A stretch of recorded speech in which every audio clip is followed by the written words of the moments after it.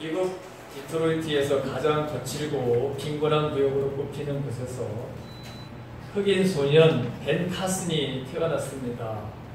그의 어머니 소니아 카슨은 13살의 나이에 결혼을 합니다. 아들이 8살이 되던 해에 남편으로부터 버림을 받습니다.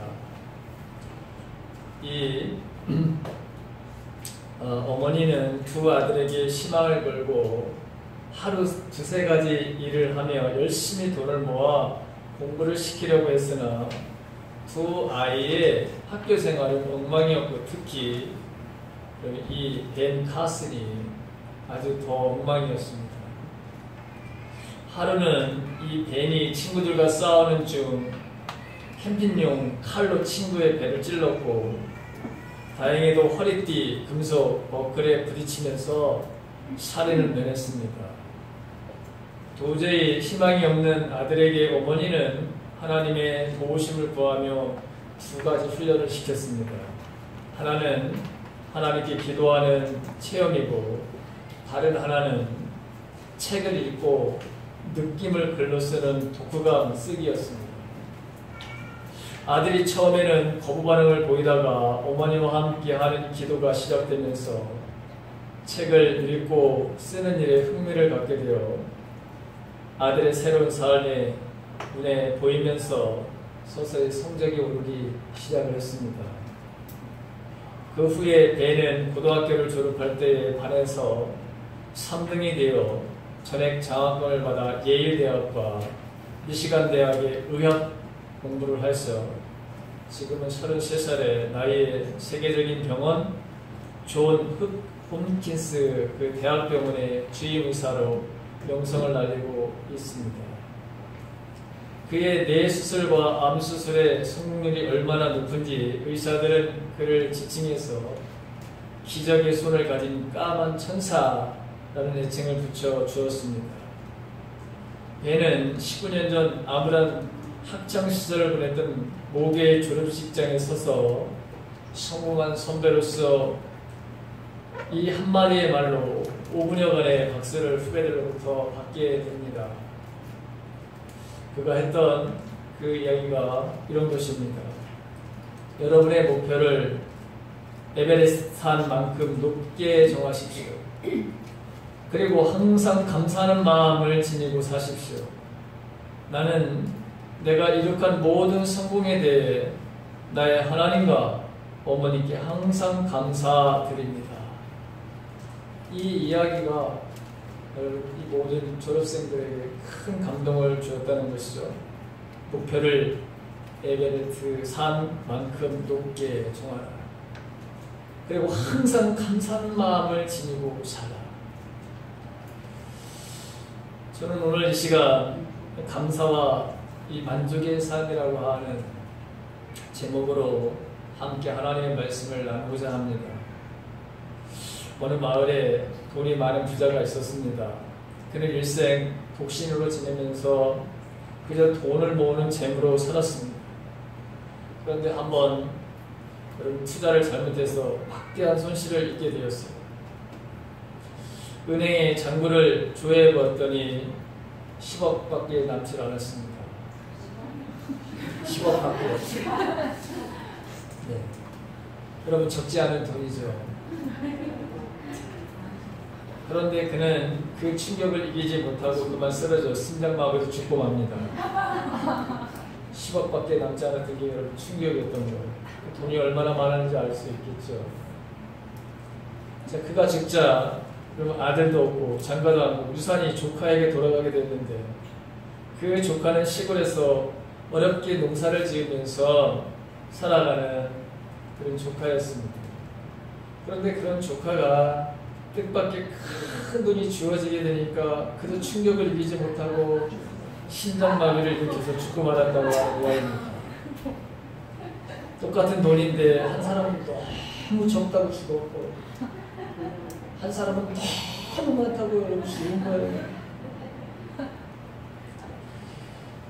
즉 100만 년 됐던 사람은 비천에 처할 줄 몰랐고 어렵게 농사를 짓고 살았던 조카는 풍부에 처할 줄 몰랐습니다.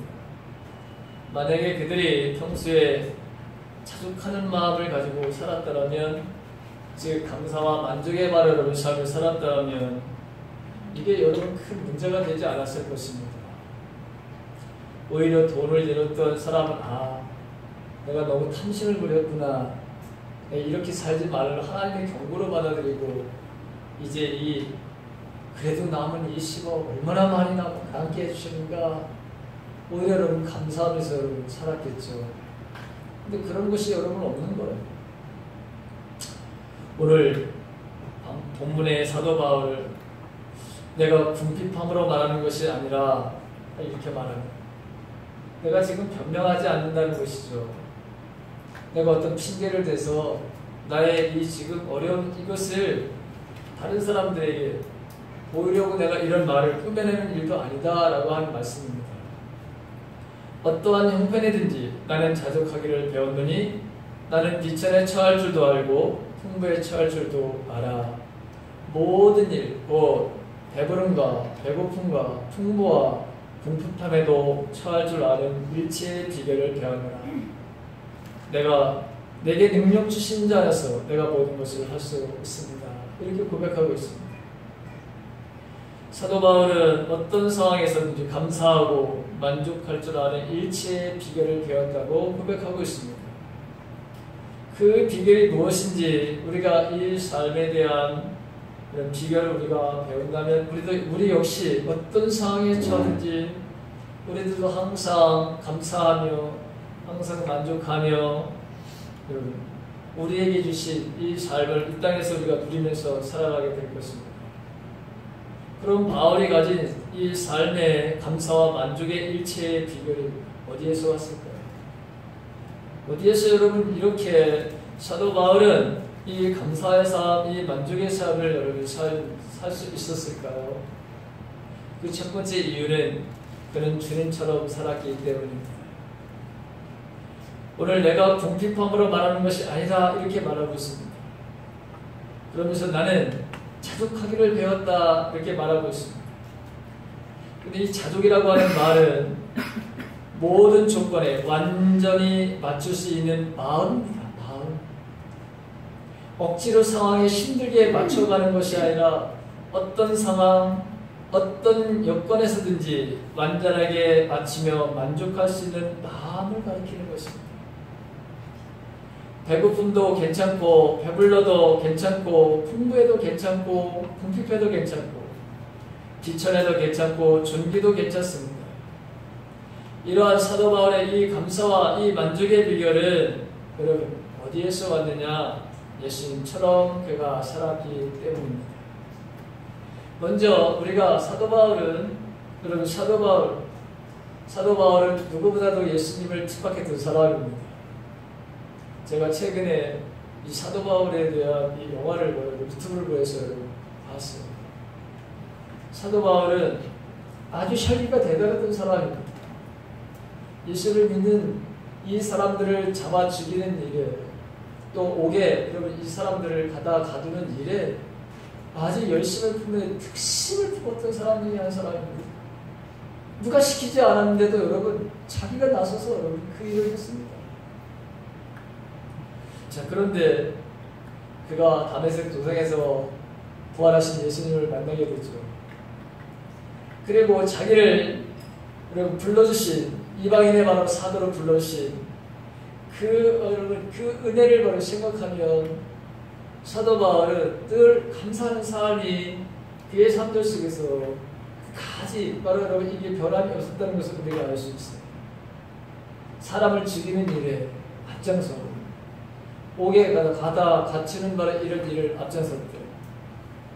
그런 사람이 주님의 특별한 은혜를 받습니다. 그리고 그에게 부여하신 사명이 있습니다. 끝까지 이방인의 사도로서 나중에는 로마의 황제 앞에서도 이 복음을 전하는 그 미션을 주님으로부터 직접 받게 됩니다. 그러니 그에게는 여러분 감사의 삶이 이게 이루어지지 않을 수가 없었던 것이죠.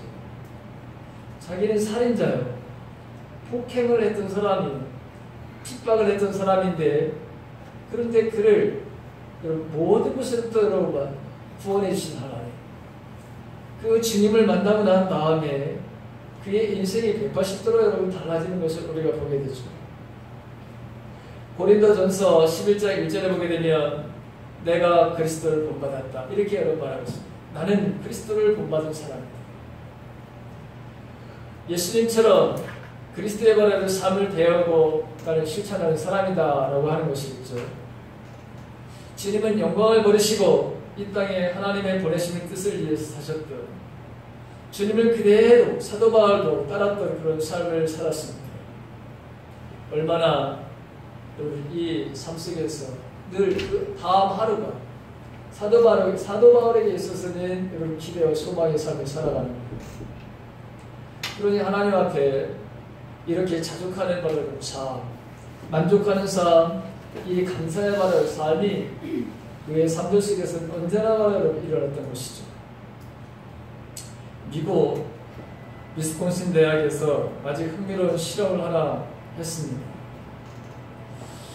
먼저 여학생들에게 20세기의 초 위스콘신 대학이 있는 미러키의 극도의 어려웠던 시절에 그 선조들의 생활 환경을 여러분 보여주었어요. 두 번째는 자신이 전신 화상을 입거나 비극적인 사고를 당해서 무서운 흉터가 생겼을 때를 상상하도록 했습니다. 상상하는 상황을 글로 묘사하라고 한 거예요. 그 과정을 거치고 난 뒤에 학생들에게 현재 자신의 삶의 만족도를 평가해서 리포트를 제출하는 숙제를 내줬습니다. 그랬더니 학생들이 제출한 리포트에 따르면 학생들은 그 실험 이후에 자신들의 삶을 시험 이전보다도 훨씬 더 만족스럽게 느낀다고 평가를 했습니다. 이번에는 뉴욕 주립대학에서 비슷한 실험을 했습니다. 어떤 시험을 치렀냐면 내가 무엇이 아니라서 기쁘다. 그 가로 안에 여러분 쓰기 문장을 완성하라는 숙제를 낸 거예요. 가령 이런 것입니다. 내가 백수가 아니라서 기쁘다. 내가 재수가 아니라서 기쁘다. 내가 지금 현재 아프지 않아서 기쁘다. 내가 지금 혼자 지금 사는 고아가 아니라서 기쁘다. 이런 것이었습니다. 이런 과정을 여러분 자그마치 5번이나 했어요. 5번이나 되풀이했습니다. 똑같은 문제를 5번씩이나 써서 낸 거예요. 그런 다음 그 결과를 제출하라고 했더니 그 실험 대상자들은 자신의 삶이 이전보다 훨씬 더 만족하게 되었다고 보고서를 냈어요. 같은 시험을 다른 대상들에게 했습니다. 이번에는 내가 무엇이라면 좋을 텐데 라고 하는 문장을 완성하도록 했어요. 가령 내가 부자였으면 좋을 텐데, 내가 멋진 그런 미모를 가졌으면 좋았을 텐데 라고 하는 이런 거죠. 역시 같이 여러분 5번이나 반복을 했습니다. 그런데 이번에는 그런 실험 대상자들이 자신의 삶에 대해서 커다란 불만을 가지게 되었다는 것이죠. 5번이나 똑같이 했더니 말이죠. 똑같은 상황인데 어떤 것과 비교하느냐에 따라서 평가가 바뀐다는 말입니다. 그러므로 여러분 다른 사람들과 우리가 비교를 하기 시작하면 세상 사람들과 비교하게 되면 우리는 여러분 비참해질 수 있어요. 세상 사람들은 살아가는 삶의 모습이 여러분 잘 먹자예요. 그렇죠. 남들보다 큰 자동차 타는 거예요. 남들이 가지고 있지 않은 이런 집 한번 가져보겠다는 거예요. 근데 그런 사람들과 우리가 여러분 만약에 비교를 해보십시오. 여러분 얼마나 초라해진지 알 수 없어요. 아, 나는 왜 이럴까? 내 삶을 왜 이렇게 권고할까? 비교를 하더라도 여러분 좀 사도 바울과 비교를 한다든가, 우리에게 여러분 영향력을 여러분 미쳤던 여러분 신앙의 선배들과 한번 비교를 하면 좀 모를까나? 왜 하필 지옥에 갈 사람인 바로 세상 사람들과 여러분 비교를 합니까? 절대로 여러분 그런 사람들을 바라보거나 그런 사람들과 비교하는 인생이 되지 않기를 간절히 바랍니다. 히브리서 12장 2절과 3절에 있는 말씀을 보게 되면 믿음의 주여 또 온전하게 하시는 이 예수를 바라보자. 그는 그 앞에 있는 기쁨을 위하여 십자가를 참으사 부끄러움을 개치 아니하시더니 하나님 보좌 우편에 앉으셨느니라. 여러분, 저와 여러분들도 앞으로 우리가 여러분 천국에 들어가 앉아 있으려면 주님을 바라봐야지 세상 사람들과 비교하게 되면 반드시 실패하는 인생을 살게 될 것입니다. 항상 주님을 바라보시기 간절히 바랍니다. 주님의 이 땅에서 육신적으로 사실 때 참 가난하게 여러분 사셨어요. 누가복음 9장 58절에 보게 되면 예수님께서 뭐라고 말씀하신다면 여우도 굴이 있고 공중의 새도 집이 있으되 인자는 머리 둘 곳이 없다 이렇게 말했습니다. 여우도 공중의 새도 보금자리가 있는데 나는 보금자리가 없다는 거예요. 여러분, 그렇다고 예수님이 보금자리가 없다고 제자들 보고 보금자리를 만들려고 여러분 그렇게 재촉하신 적이 없습니다. 내가 보금자리가 없다고 여러분 불평하거나 불만하거나 그런 말하고 예수님의 모습은 전혀 찾을 수가 없습니다. 더 기쁨에 더 감사해요. 하나님께서 당신을 세상에 보내신 것에 대해서 얼마나 그분은 감사하면서 예수님의 말을 따르는 그 제자들에게 얼마나 열심히 성님의 바라는 삶을 보여주시는지 우리는 성경을 통해서 예수님의 삶의 모습을 봅니다. 그 예수님의 삶의 모습이 바울의 삶이었습니다. 바울은 엄청나게 가진 것이 많았던 사람이었죠. 그는 로마 시민권을 가지고 있었고 최고의 학문을 가지고 있었죠. 그리고 그는 대우를 받은 여러분 바리새인 중에 바리새인이었어요. 존경받는 말하는 사람이었어요. 그런데 그는 주님을 자기 것으로 소유하기 위해서 그 감춰진 여러분 그 예수님의 여러분 보아 이 세상에 가장 값진 바로 이 보아가 바로 어디에 있느냐 예수님 안에 있다고 하는 것을 예수님이라고 하는 것을 사도 바울은 발견하게 됐습니다. 그래서 그는 그가 가지고 있는 모든 것들을 여러분 다 버립니다.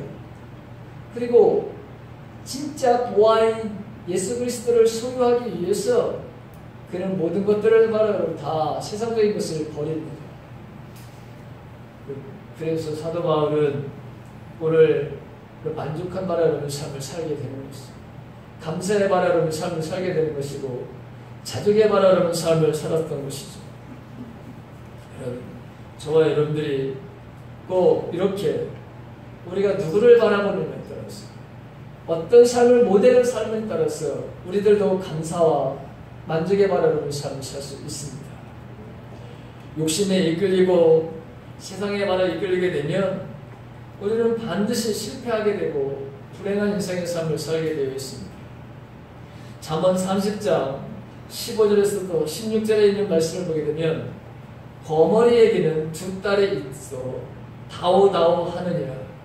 족한 줄을 알지 못하여 족하다 하지 아니하는 것 서너시 있나니 곧 스올과 아이 되지 못하는 태와 물로 채울 수 없는 땅과 족하다 하지 아니하는 불이라 이렇게 말씀하고 있습니다. 그리고 거머리 아시죠? 거머리는 말하면 여러분 달라고만 한다는 거 그렇지요. 자, 그 다음에 만족할 줄 모르는 것이 있다. 족한지 알지 못하는 것이 있다. 소나가지가 있는데 그게 바로 스올이다. 스올이라는 말은 무덤이라고 하는 것입니다.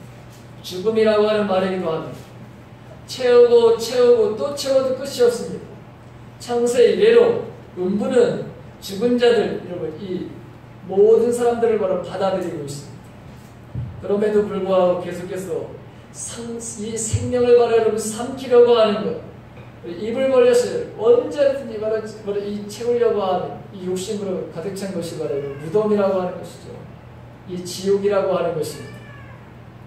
그러므로 우리가 예수를 바라보지 않으면 우리는 세상과의 바로 비교 속에 언제나 우리는 실패한 바로 인생을 살 수밖에 없습니다. 시험에 들 수밖에 없습니다. 우리가 예수님만을 바라볼 때 이 험악한 세상을 살아가면서 우리는 감사하며 살고 만족의 삶을 살고 자족의 삶을 살아갈 수 있습니다. 그게 바로 사도 바울의 삶이었던 것이죠. 여러분, 채우지 못하는, 아이를 배지 못한 버릇해, 그리고 임신하지 못하는 어머니의 마음이겠죠. 또 물로 채울 수 없는 땅, 그 다음에 또 불, 여러분 이 모든 것들 모두가 다 바로 탐심, 욕심에 바로 이 사람을 이야기하는 것들, 이런 모든 것들은 족하다고 하지 못하다고 하는 것입니다. 여러분, 내가 늘 부족하다고 생각하는 사람, 이 사람들은 결코 여러분 감사의 삶을 살 수 없습니다. 결코 만족의 바라는 삶을 살 수 없게 되는 것이죠.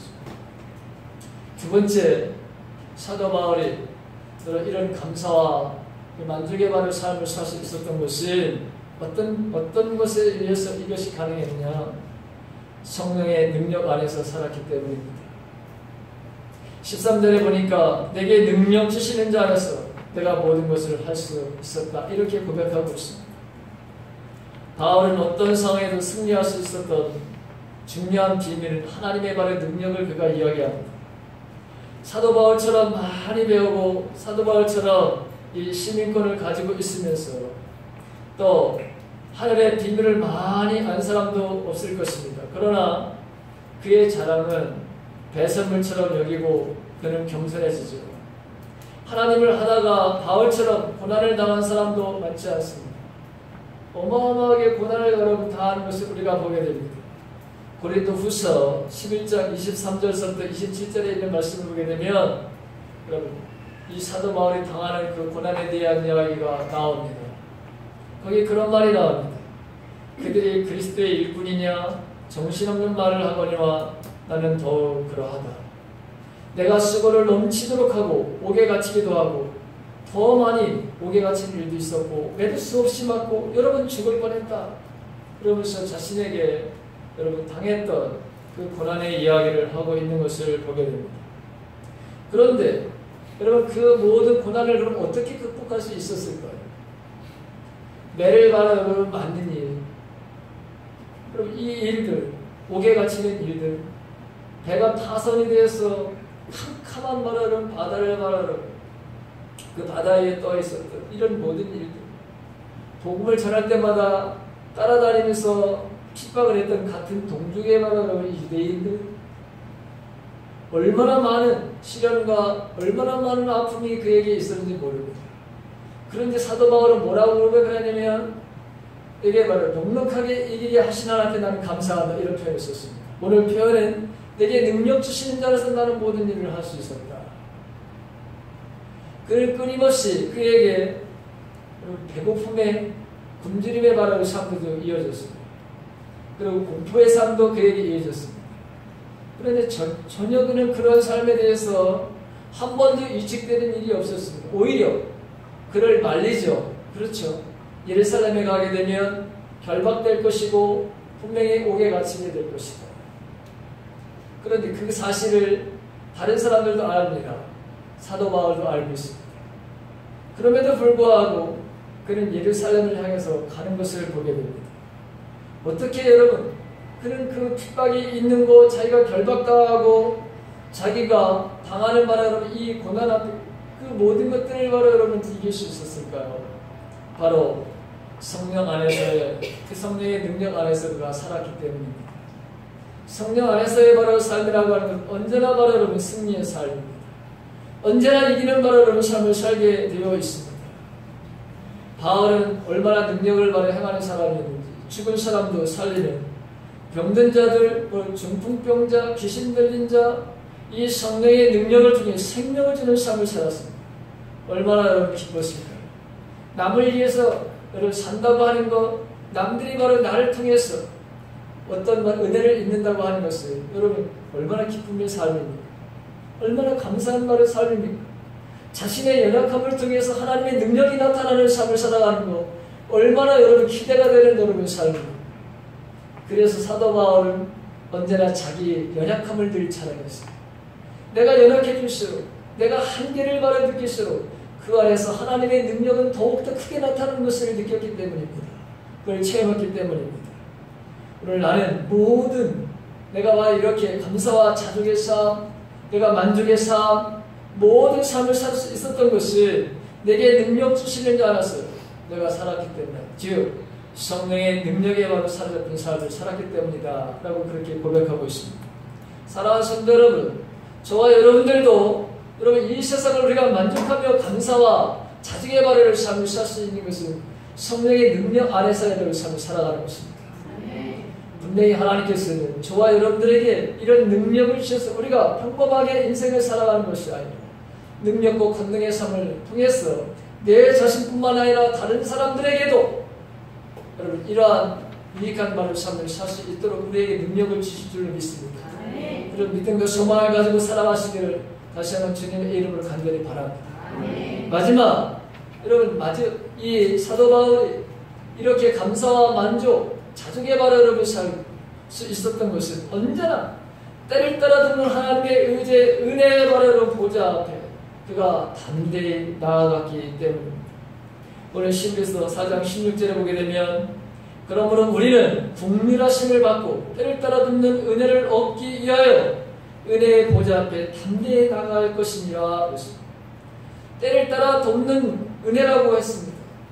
하나님은 사랑하는 자녀들을 위해서 항상 바로 준비하고 계시다고 하는 것입니다. 때를 따라 듣는 하나님의 은혜. 제가 제주도에 가가지고 여러분 이상한 행동을 해가지고 휴대폰을 여러분 바닷물에 빠뜨려가지고 그래서 며칠간 휴대폰 없이 여러분 살았어요. 휴대폰 없이 사니까 너무 불편해요. 제일 불편한 게 제일 마음에 걸리는 게 성도들이 전화를 하는 그래서 정말 어려운 것을 부탁하고 뭔가 기도에 제목을 할 때 만약에 여러분 전화를 했는데 그렇잖아요. 제가 전화를 잘 안 받는 사람이에요. 늦게 좀 보내고 그런 편인데 그나마 여러분 만약에 안 하면 이게 제일 마음에 부담이 됐어요. 정말 부담이 돼요. 그리고 다행히 여러분 전화가 생겨가지고 지금 하고 있습니다. 그러면서 제가 생각을 해서 착실하게 이제 더 빨리빨리 응답을 하고 빨리빨리 이제 교인들에게 이 전화를 잘 받아야지 라고 하는 생각을 어쨌든 하게 됐습니다. 근데 여러분 휴대전화가 있어 길을 갈 때 여러분 산과 바다에서 전화를 걸 수 있지만 통화 중일 때 여러분 부재 중일 때 충전했더니 배터리가 여러분 다 방전됐어요. 이거 어쩔 수 없어요. 통화할 수 없어요. 그렇지. 가끔씩 가다가 여러분 높은 산에 가서 골짜기에 들어가서 전화를 해도 안 될 때가 있어요. 저는 가끔 백봉산에 올라가서도 여러분 한번 해봤는데 안 되는 장소가 있더라고요.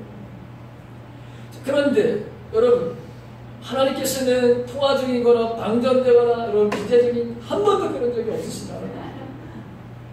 바로 그 말씀이에요. 때를 따라 돕는다는 것은 여러분 우리가 그 현대 여러분 그 문명이 가장 발달된 핸드폰이 여러분 그런데 그것이 여러분 안 될 때가 얼마나 많아요. 그런데 하나님은 언제나 말해요. 우리가 제일 급할 때 우리가 정말 위기 상황일 때 정말 그럴 때로 어느 곳에든지 우리가 주님의 이름을 부릅니다. 어느 곳에든지 하나님 앞에 여러분 나가게 되면 그 하나님은 바로 우리를 도와주시는 거예요. 사도 바울은 여러분 가장 어려울 때 가장 바로 여러분 힘들 때 언제나 바로 여러분 이 때를 따라 듣는 하나님의 이 보좌 앞에 나왔어요. 그런 엎드렸어요. 그럴 때마다 하나님은 여러분 그에게 응답해 주셨어요. 그래서 그는 여러분 만족한 삶을 살고 감사의 바라는 삶을 살고 자족하는 바라는 삶을 살았던 것입니다. 어제 제가 위글스워스라고 하는 분의 말하는 이 책을 2권을 사가지고 그 책 중에 제가 일부를 여러분 제가 봤어요. 거기에 어떤 내용이 나오냐면 그 이웃집에 어떤 분이 남자분이 죽었어요. 돌아가셨어. 오늘 며칠 했다가 들어오니까 자기 와이프가 없어요. 그 와이프가 어디 갔나 했더니 이웃집에 갔다는 거예요. 이웃집에 가보니까 와이프가 먼저 그 돌아가신 분을 위해서 기도를 했는데 소용이 없었어요. 돌아갔어요. 근데 위글스워스가 가가지고 기도를 합니다. 하나님, 이 사람을 바로 살려주십시오. 근데 와이프가 뭐라고 얘기를 하냐면 이미 죽었다는 거예요. 소용이 없다. 그런데 인간의 힘으로 할 수 있는 데까지 여러분 기도를 했어요. 이제는 성령의 능력이 아니고서 기도를 할 수 없을 정도까지 여러분 다다랐어요. 체력이. 그래서 주위에 사람들도 말리고 와이프도 말립니다. 그런데 이 루이스 워스는 하나님께서 분명히 이를 살려주실 것이다. 이런 확신이 있었어요. 분명히 하나님께서 이를 살려주실 것이다. 그런 말을 믿음으로 정말 기도합니다. 어떻게 됐을까요? 살아나는 역사가 일어났어요. 살아나는 역사가 일어났어요. 왜 루이스 워스는 그런 믿음을 가졌을까요? 때를 따라 도는 하나님의 은혜의 보좌 앞에서 늘 그가 기도했던, 그리고 자기를 도와주셨던 하나님, 자기의 기도 속에 응답하신 하나님을 그가 믿었기 때문이었어요. 그래서 그는 와이프가 말리고 주위의 사람들이 말려도 기도했던 것을 보게 됩니다. 오늘 사도 바울이 그랬습니다. 저와 여러분들도 마찬가지입니다. 하나님은 언제나 기다리고 계십니다. 저와 여러분 가장 위급할 때, 가장 도움이 필요할 때, 여러분 먹통이 되는 일도 없고, 여러분 그분은 언제나 우리를 바라보고 도와주시고 대기 중에 계시는 분이십니다. 그것을 체험했던 사도 바울, 그래서 그는 늘 감사하며 살고 자족하는 삶을 살고 이렇게 그가 만족한 바라보고 삶을 살 수 있었던 것이죠. 오늘 저와 여러분들에게도 마찬가지입니다. 오늘 우리들의 삶, 주님처럼, 주님이 가르쳐주셨던 삶처럼 우리가 살아야 주님을 바라보는 바로 삶을 살아가시길 바랍니다. 늘 우리의 삶 속에 우리를 채워주시고 공급해주시고 우리를 도와주시는 그 하나님을 늘 여러분 가까이 하십시오. 그분께 여러분 구하는 삶을 사십시오. 그 은혜의 보좌로 나가는 것을 멈추지 않기를 간절히 바랍니다. 오늘 우리들에게도 이런 말을 사도 바울의 그 삶, 예수님을 닮고 하나님의 능력을 믿고 나갔던 그 삶을 우리도 살게 된다면 우리도 날마다 우리 안에서 감사하는 삶, 만족하는 삶, 여러분 또 자족의 삶을 통해서 그리고 우리가 이 땅에서 그리고 승리하면서 살아가게 될 줄로 믿습니다. 복된 성도들이 되시기를 주님의 이름으로 간절히 축원합니다. 이 시간에 우리